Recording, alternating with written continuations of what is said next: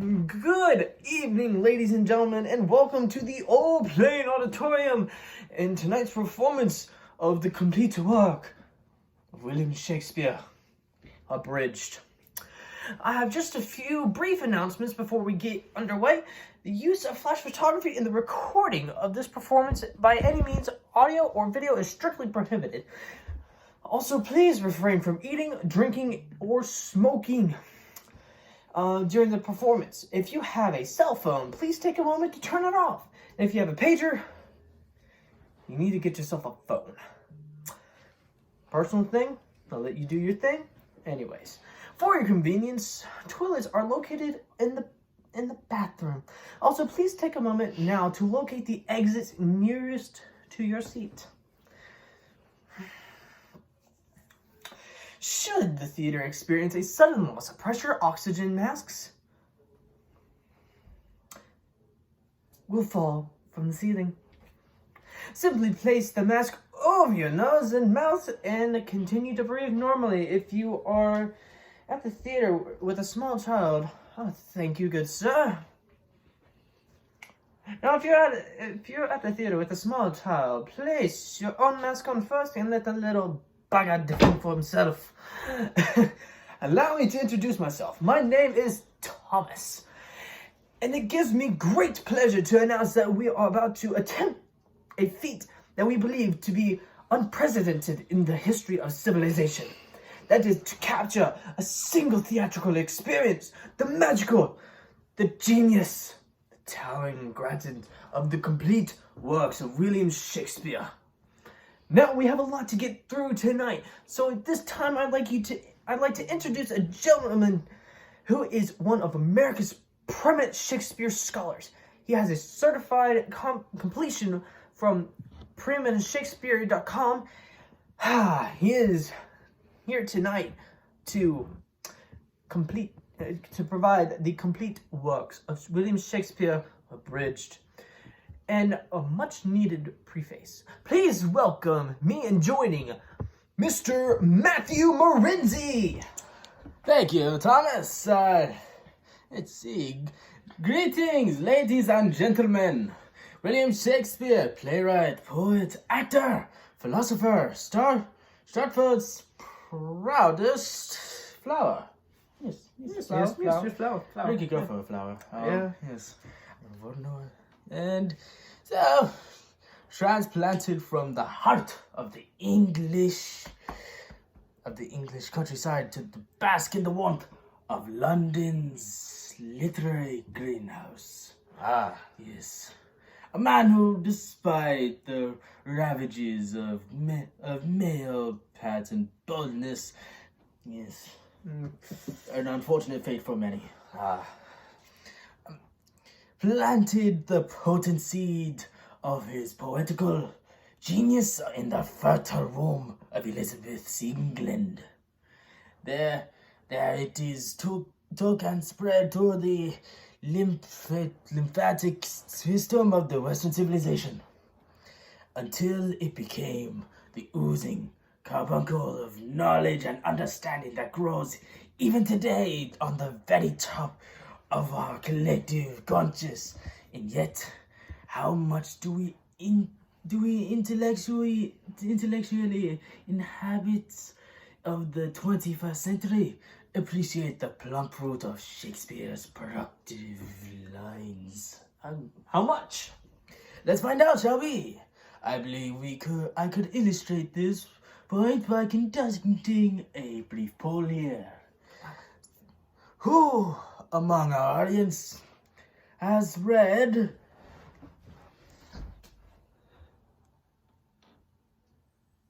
drum roll?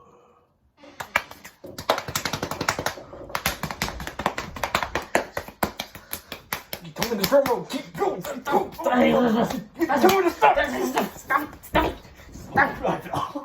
Get off the stage. Who here has read Shakespeare? Delightful. Now, you are all a theater-going crowd, obviously above average literary sensibility, and yet, if I may just have a brief show of hands, how many of you have ever seen or read any play of William Shakespeare, any contact with the bard whatsoever, just raise your hands. Dude, we're screwed. Why? I think they know more than we do. But you're an eminent Shakespearean scholar. No, I'm pre-eminent. Okay, then be preeminent. How? Narrow it down. What? Narrow it down. Yes. Alright, let's see if we can narrow it down a bit, shall we? How many of you have ever seen or read All's Well That Ends Well?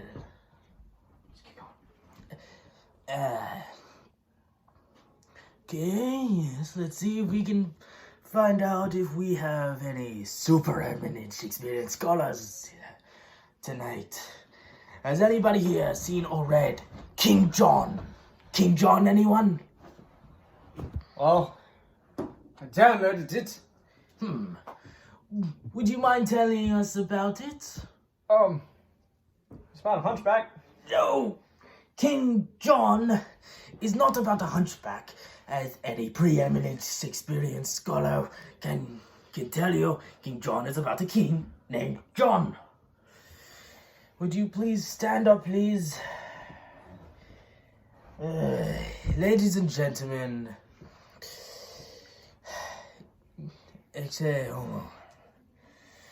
Hey! judging by your obvious lack of fluency in Latin, may I presume that you have not articulated? Well, not today. Isn't that a little personal?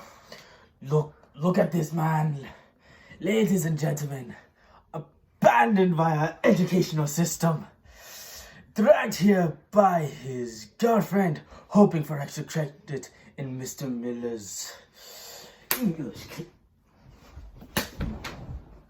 Get out of here. By Mr. Miller's English class and hooked up on Red Bull.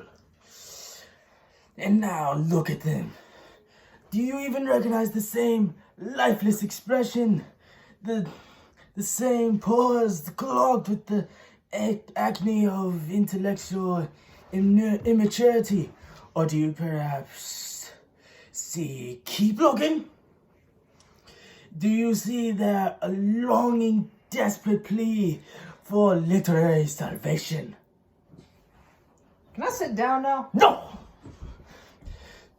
No, you stand there before us as a living symbol of a society whose capacity to comprehend, much less attain, the genius of William Shakespeare has been systematically abandoned by soap operas, renamed by reality shows, and violently violated by the women of The View.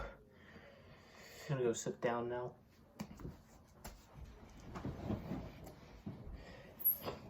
Fraud. Ladies and gentlemen, I say to you, cast off the cheap thrill of the car chase for the splendor of the sonnet. Exchange the isolation of the iPhone for the gentle idols of the lamb. Imagine a world where many men wear pink tights with pride. Hallelujah! But have no fear. Warren Theater is here as your intellectual salvation. Amen! Adam, you idiot.